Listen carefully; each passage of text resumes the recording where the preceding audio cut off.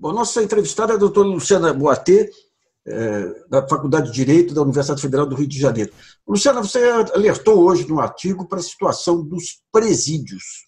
Em que pé que está essa situação? Bom, pois é, prazer aqui falar contigo, apesar dessa situação. A gente está acompanhando aí essa epidemia nos presídios, os presos e presas estão dentro dos grupos mais vulneráveis e temos ainda os grupos de risco dentro desses grupos mais vulneráveis. Nossa grande preocupação atual é a impossibilidade do sistema penitenciário, Brasil afora, lidar com a epidemia.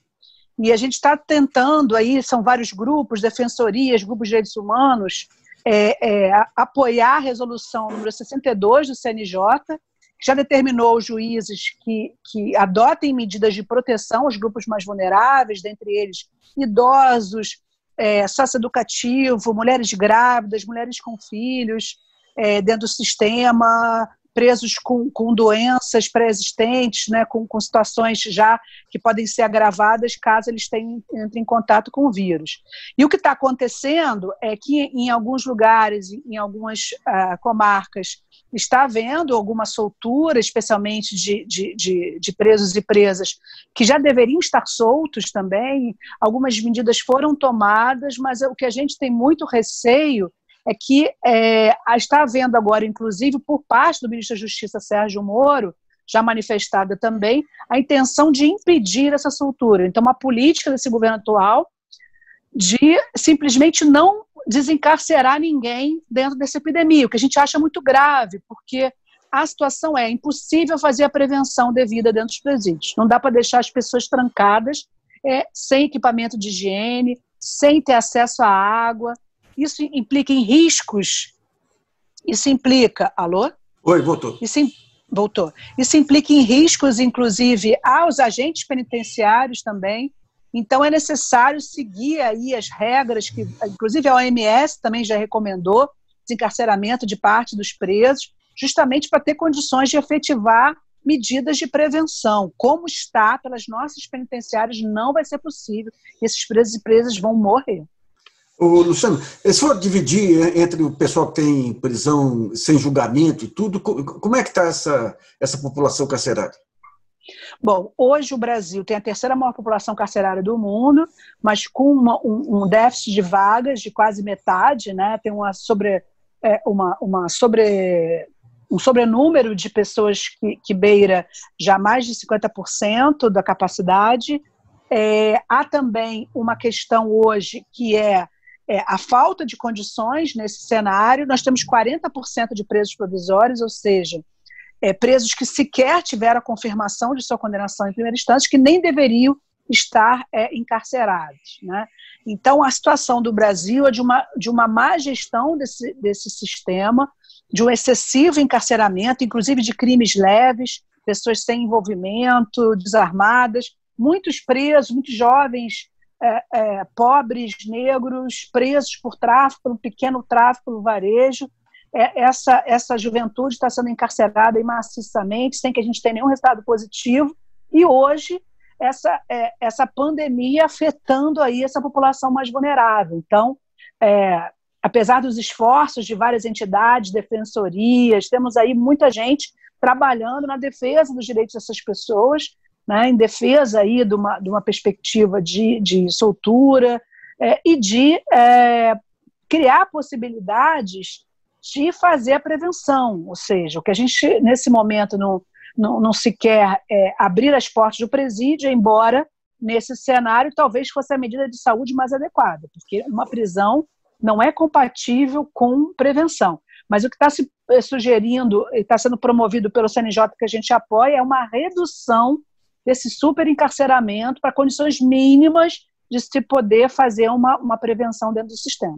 Só para deixar claro aí, quando pega Luiz Fux e Moro falando em risco e tudo, você tem todo um universo de pessoas de baixíssima periculosidade e tudo que não se abre nem para isso. Agora eu pergunto o seguinte, o Moro abriu algum canal de discussão, alguma iniciativa visando aumentar o número de médicos em presídios? Fez algum movimento nesse sentido?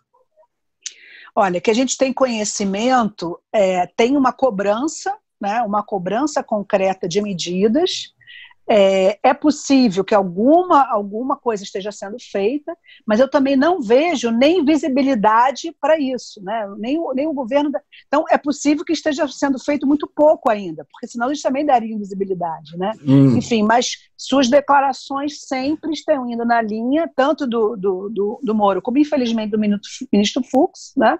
Estão indo numa linha bastante perigosa, que eu considero, que é apostar na manutenção do encarceramento, como se a gente fechar as portas das prisões, deixar esses homens e mulheres trancafiados em celas fétidas, sem médicos, sem assistência médica, sem equipamento de prevenção, e esses agentes penitenciários também aí sujeitos a esse contágio, o que vai acontecer é um genocídio, e essas autoridades que estão se manifestando nesse sentido, depois terão que ser responsabilizadas, porque o que a gente está vendo é uma tragédia anunciada.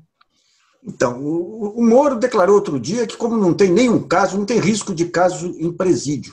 Isso aí não demanda uma ação em tribunais internacionais também? Porque é nítido, pela experiência internacional, que vai haver. E é nítido que, não se prevenindo, vai haver um genocídio aí. Vocês estão pensando em algo nesse sentido também? Então, na verdade, uma coisa que é importante deixar claro, não tem caso nenhum porque poucos presos, quiçá, se algum preso está sendo testado. Porque se a população em geral também não está tendo acesso a testes, no mínimo, para ele poder fazer essa afirmação, ele teria que comprovar qual é o percentual da população penitenciária e dos agentes que está sendo submetido à testagem. Então, é uma afirmação, acima de tudo, com perdão a palavra, cretina, porque ele sabe que essas pessoas não estão sendo testadas, mas ele prefere, então, fazer essa afirmação. Claro, não tem nenhum caso confirmado e cabe a ele fazer essa verificação, né? Então, isso é gravíssimo também. Eu estou tentando obter informações aqui no Rio de Janeiro sobre testagem, não consegui nenhuma informação ainda oficial. Estão sendo pedidas também informações pela via da Lei de Acesso à Informação por várias entidades. Aqui no Rio de Janeiro também uma ação, eu soube hoje, uma ação civil pública está demandando do governador Witzel medidas de prevenção. Vamos ver agora, dentro dessa ação que está aqui em primeira instância, qual vai ser a resposta. Para tribunais internacionais, do ponto de vista técnico-jurídico, eu acho que ainda está um pouco cedo para uma ação formal, mas, de qualquer forma, denúncias às cortes interamericanas, aos espaços e comissões de direitos humanos estão sendo feitas. Inclusive, é interessante dizer, para quem também está aí acompanhando, que a própria Comissão Interamericana de Direitos Humanos elogiou a resolução do Conselho Nacional de Justiça, que é a resolução número 62, como uma medida que deveria ser adotada em toda a América Latina.